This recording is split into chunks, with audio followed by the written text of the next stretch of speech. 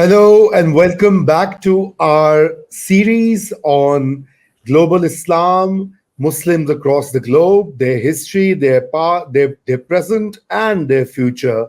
And with me is Dr. Akbar Ahmed, needs no introduction, a professor, a scholar, a former diplomat, a filmmaker, I should add that as well as a playwright, man of many talents and many parts. Thank you, Dr. Ahmed, for being with us.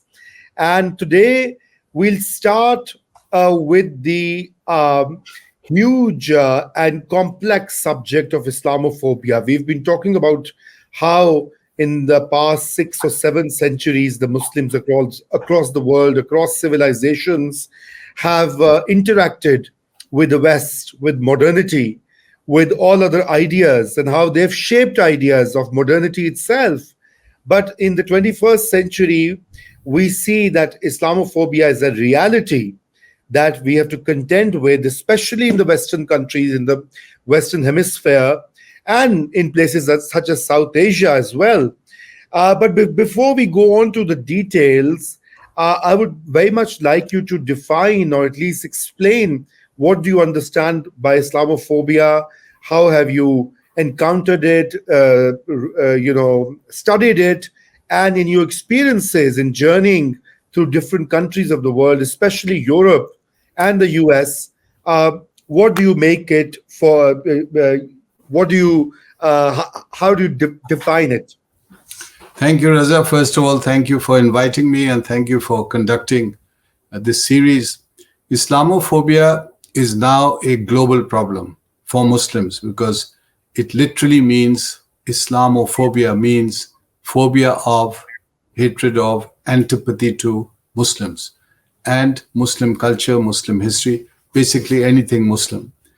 It's a trope, so that Islamophobia would include a perception of Islam that Muslims are misogynist, they hate women, they are violent, they have not contributed to civilization, and that they should be really ignored or wiped out or marginalized in history. This is Islamophobia.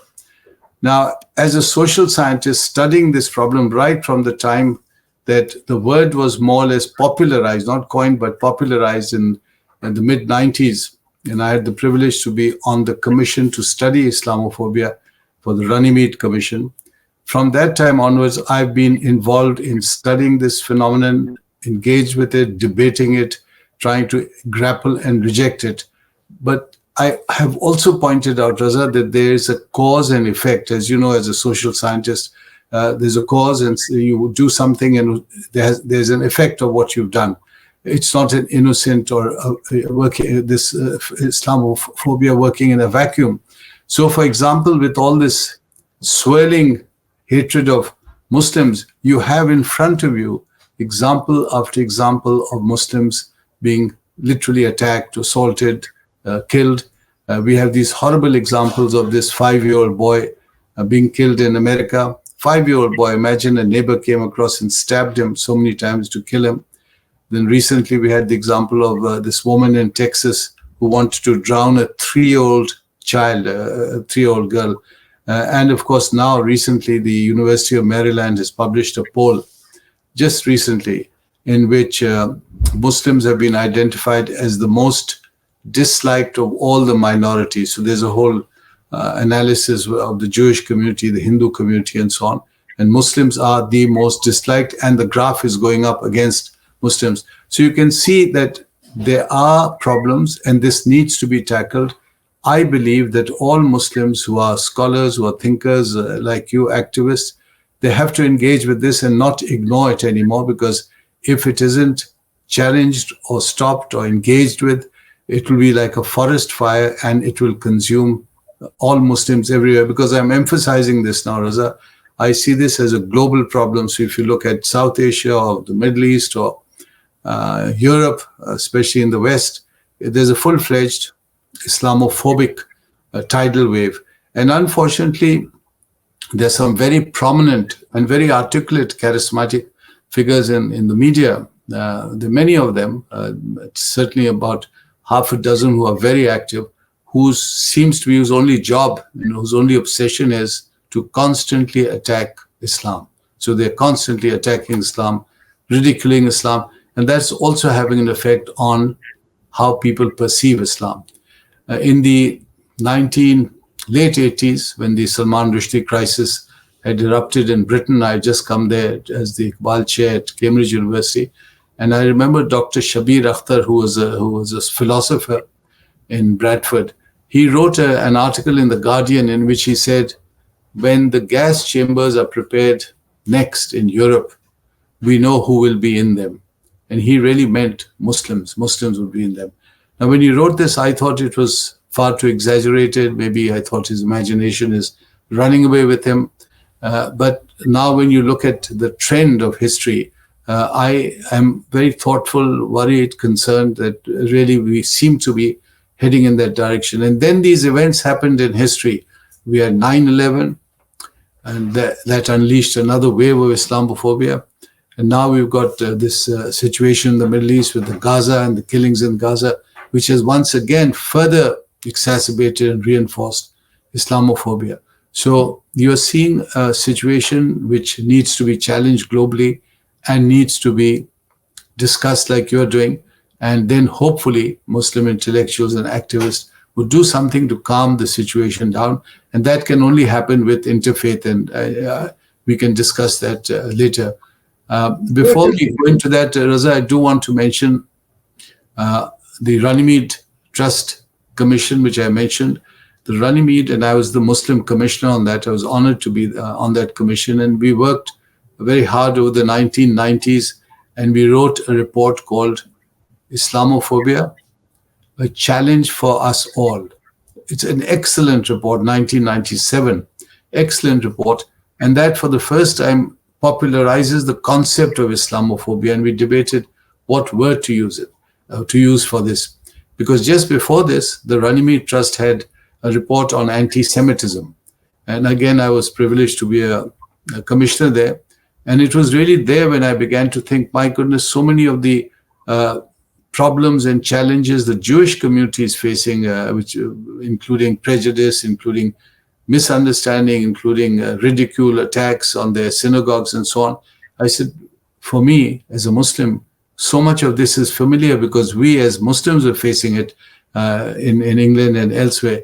And from that, we proposed that there should be a commission to study Islamophobia. And to her credit, one of the people on that anti-Semitism commission was a famous rabbi, Julia Neuberger, who became a chancellor of a university in England. And she was the one who really talked to me and said, Akbar, we have to have one on Muslims so that we can study this, because I was telling her how I was feeling. So this is some of the background, Raza, and this means simply that there's a lot of literature, that is not a new phenomena. It's not just emerged with Gaza. It's been happening for several decades now. And we reached a point where, as I said, cause and effect, where things are very serious now and may get out of hand. Right. Thank you, Dr. Ahmed. I mean, certainly you've explained the genesis of the term, and now it's a really popular, well-known term. And this particular commission that you talked about has certainly played a role in educating so many people across the globe. I just want to take this discussion further and perhaps go, region-wise and the areas you've written about, Europe, the US, South Asia. So why don't we start with Europe and then go on to the US? So in Europe, of course, it's a very diverse continent. There's Western Europe, there's Eastern Europe, there's Central Europe. And in most places, this is a common theme, unfortunately, which cuts across different cultures and languages, from the Scandinavian countries to France, and from France to Italy, and from Italy to Hungary, and Hungary to, Bulgaria and other places. There's this whole Islamophobic tropes, as you put them. So can you describe the situation or the alarming urgency of the matter in these different parts of Europe, and what you observed during your journeys, and when you wrote about it, you made a documentary with the BBC, etc. So share some of those experiences. Brother, Europe is a very complex and ancient continent, and Islamophobia in Europe has many strands to it. So the first strand is tied up with racism. So people who look at foreigners coming in who don't look like them, have a different color, have a different religious background, there is prejudice against them. Secondly, there's a historical dimension. Many Europeans look at Muslims and associate them with the Ottoman Empire, the Turks, and even today they'll call these refugees coming into Eastern Europe from Syria or Iraq or Afghanistan, and they'll say you're all Turks. And thirdly, there's a historic dimension that a lot of Europeans will say, yes, Muslims were here before the Ottomans, and even before this, back in time when they were in Andalusia and they contributed in a positive way. Now that's a very faint memory, but that can be developed, and I think that's a cause that can, I think, create bridges of understanding, because in this entire effort we need to be building bridges and not destroying the roads that exist between communities. It's reached a stage where, and this is a very, I think, shameful thing I'm sharing with you, that even the Prime Minister of Britain, Rishi Sunak, of Indian background, he was called a Paki, which is a term of abuse from the racists. It's like the N word here in America for the African Americans. So people were actually saying this in the media, and this was picked up and discussed. When I was High Commissioner in London, the car was designated PAK for Pakistan, PAK-1. But as the car went by and you looked at it, it looked like PAKI, Paki. And a lot of people would say, oh, you're being called a Paki. And I said, yes, I'm very proud to be a Paki. Paki means Pak. Pak means pure, Pakistan. So you had to turn it around. Otherwise, you had no defense if you're feeling vulnerable to this very term and concept. Right. And let's, you already touched upon the UK. Now, UK, of course, has also this whole history of, being, of ruling India, Pakistan, Bangladesh, and other territories in South Asia. So would you like to distinguish this situation between Europe and the UK, or are they at the same level? No, they're distinct, Raza. That's a very good observation, because I found in my studies that while European imperialists went out and colonized the Muslim world, different parts of it, I found that eventually when they left and the populations, the former subjects, came back to European countries, to the mother country as it were, this was the pattern. So North Africa was colonized by the French, so many North Africans, the Algerians for example, would come to France.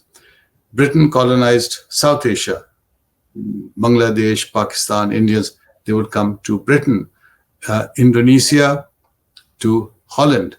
As far as the Germans were concerned, they were late in the game, and they were mainly in South Africa, and they were brutal. Their rule was brutal. They just literally wiped out several communities in South Africa and some parts of East Africa. So there was a pattern there. And in this structure, again, there was the French who believed in the administration of the sabre, the sword, literally wiped them all out.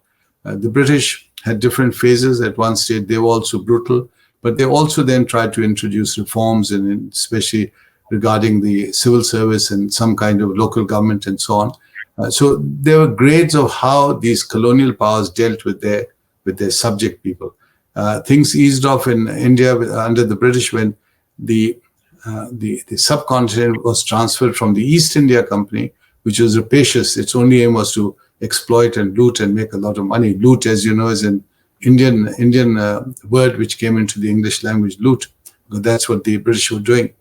But once it was transferred to the crown, to Queen Victoria, she had a certain benign attitude to her subjects, and that created a nuance and a slight difference. So yes, there were differences, and even now you see that the reaction of Europeans is slightly different to these former subjects living amidst them. But ultimately, the recognition that these were people whose ancestors we colonized and we brutalized, that's not fully recognized and not fully accepted. Again, I think that dialogue, discussion has to continue. And here, there are many young generation Indians and Pakistanis who are engaging in art and culture and books and novels, bringing this out out into the mainstream discussion in public. Yes, exactly. Now let's talk a bit about the US, where you are and where I also live. And obviously, it has a different trajectory. We did cover it a bit earlier, but I would like you to expound on the dimensions, especially first in the domestic sort of political culture, but also how it's linked to the US foreign policy, especially since the so-called war on terror. Well, here, Raza, again, each continent has its own slightly different history in dealing with this subject that we are discussing, the subject of Islamophobia. America has no such history as Europe had, especially Britain and France, with Muslim lands. So in a sense, the Muslim world was tabula rasa, a blank check, a blank board for Islam vis-a-vis America. And in fact, there's some very positive comments and discussions of Muslims with the founding fathers who were neutral to religions, but their aim was to create a new society, an inclusive society, and a pluralist society. And in that, they were happy to accept Islam as one of the great religions of the world. And you have Washington and Benjamin Franklin and Jefferson commenting on this very fact. This changes into the 19th century when you have many Chinese being brought, particularly to the West, where the Americans were building their great railways right across the continent. Thousands of Chinese were brought, worked for low wages, and died there. It's one of those great untold stories. So the Islamophobic aspect begins much later, because in the 1920s, there was an attempt for some Indians to come to America. They were refused. The Indians, they were Sikhs, so they challenged this ruling and went to the Supreme Court and said, you've said that the Aryan race inhabits the continent.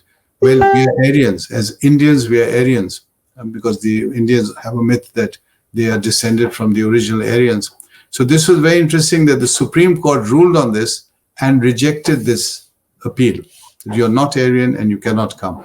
It was only in the 1960s with John Kennedy and then Johnson who passed the Nationality Act, and that opened up the gates. And that's when a lot of South Asians begin to arrive in the United States. Now, again, there's a difference here, nuance here, because those South Asians arriving in the United States in the 60s, 70s, 80s are mainly middle class doctors. They speak English. They come into good jobs. Very quickly, they integrate because people need doctors, people need engineers, people need teachers. And there's not much of a fuss, and they don't ripple, they don't create any waves in the lake, the American lake. It's when the Iranian Revolution takes place, you remember with the Shah of Iran and the coming of Imam Khomeini and the taking of the hostages, that makes an impact on America. Hey, what's going on? We are being attacked by this civilization. Who are these people? And they see their cloaks and the beards and the turbans of the Iranian ayatollahs and clerics, and they say this is like almost a caricature. And you'll see a lot of films then will pick that up, and in their cartoons and in their popular movies, that will be the depiction of Muslims. And then very quickly you have a series of events tying up the domestic perception of Islam and Muslims and the international. You have the the invasion by the Soviets. At that stage, Muslims are seen in a positive light, and Ronald Reagan, as you know, invited the Taliban to the White House and in fact said, you're like the founding fathers of Afghanistan, like our founding fathers. He respected them. And then you have, of course, the Taliban fighting the Americans, rejecting them. And that again changes the image of Muslims in America. And again feeds into this idea here that Muslims are hostile and not to be made friends, not to be trusted. And Islam is incompatible with American values. So you can see the American position is quite nuanced and changing, and it can change. Early on, some of the movies that were made about Muslims were quite positive. So the first movies in the 20s with Valentino and movies like The Desert Sheikh. So the Arab was a romantic figure. The Muslim was on a white charger and he was galloping off with the heroine, and the heroine was in love with him. All that began to change in the 1980s and 90s when you had films with showing terrorism, the terrorists, and the fourth, fifth terrorist was played by an Arab or a Muslim actor, and that's the only role they got after that. That confirmed in the minds of millions of Americans that this civilization is threatening and violent. And that's what feeds into Islamophobia as we know it. Now, I will say one thing, Raza, there was very little response to this from the Muslim community in the 80s, 90s. And there were organizations like CARE, for example, or ISNA, which really picked up steam and have made an impact, undoubtedly, especially after 9/11. They're very effective now, and they can stand up and challenge some of the decisions of the law enforcement agencies and even of the courts. Early on, there wasn't anything like this. So that's a significant development here in America. Right. That is such a good overview. And let's, go on to the real challenge, which is how dangerous. You've already said it in different ways. How much of an issue do you think? I mean, now some people brush it aside. A lot of people say, well, it's not a big deal. This has happened. It will go away. It's a phase. But, at least I've only seen it rise and rise and rise since I was a student in London in late 80s, early 90s. And thereafter, it has just grown in intensity. It's been 30 years, So how would you assess that? How much of a danger is it? And the United Nations has also taken cognizance of it. They now have a day for Islamophobia. They've done a whole definition, resolution on it. So, do you think that it is a globally serious issue? I think it is, Raza. As I said, there's a cause and effect. If the cause is this hatred that is spreading and spreading and spreading, the effect will be the violence against the community. Now, when I say this, I don't mean people who are in a relatively safer bubble, like maybe you or maybe me, but I'm talking about the millions and millions of Muslims who are vulnerable. And you take an example, for example, in South Asia, and you see who is being lynched. It's the truck driver who's caught and lynched, whose shops are being destroyed, or whose local mosque in the suburb is being destroyed or bulldozed. They're using bulldozers to do it. And what is the response? They are almost helpless. So that is why I think it's very dangerous. And I think it's a direct challenge, a threat to democracy, especially to democracy. That's why my work on America, my book, which is called Journey into America, I called it, the subtitle was The Challenge of Islam.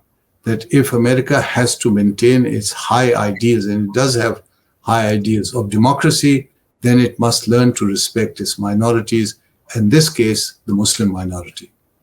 Correct. Thank you so much, Dr. Ahmed. And I think let's conclude this subject.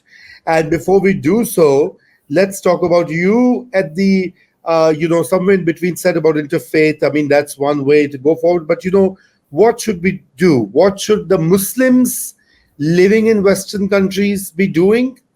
What should the Muslim majority countries should be doing?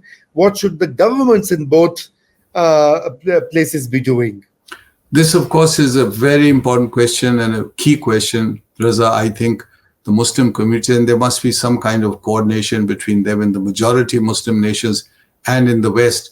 They must emphasize education, education, education. The younger generation must enter universities, colleges, and be part of society. Contribute to it because they're so bright and they are going through a phase of discouragement. So they need to be involved.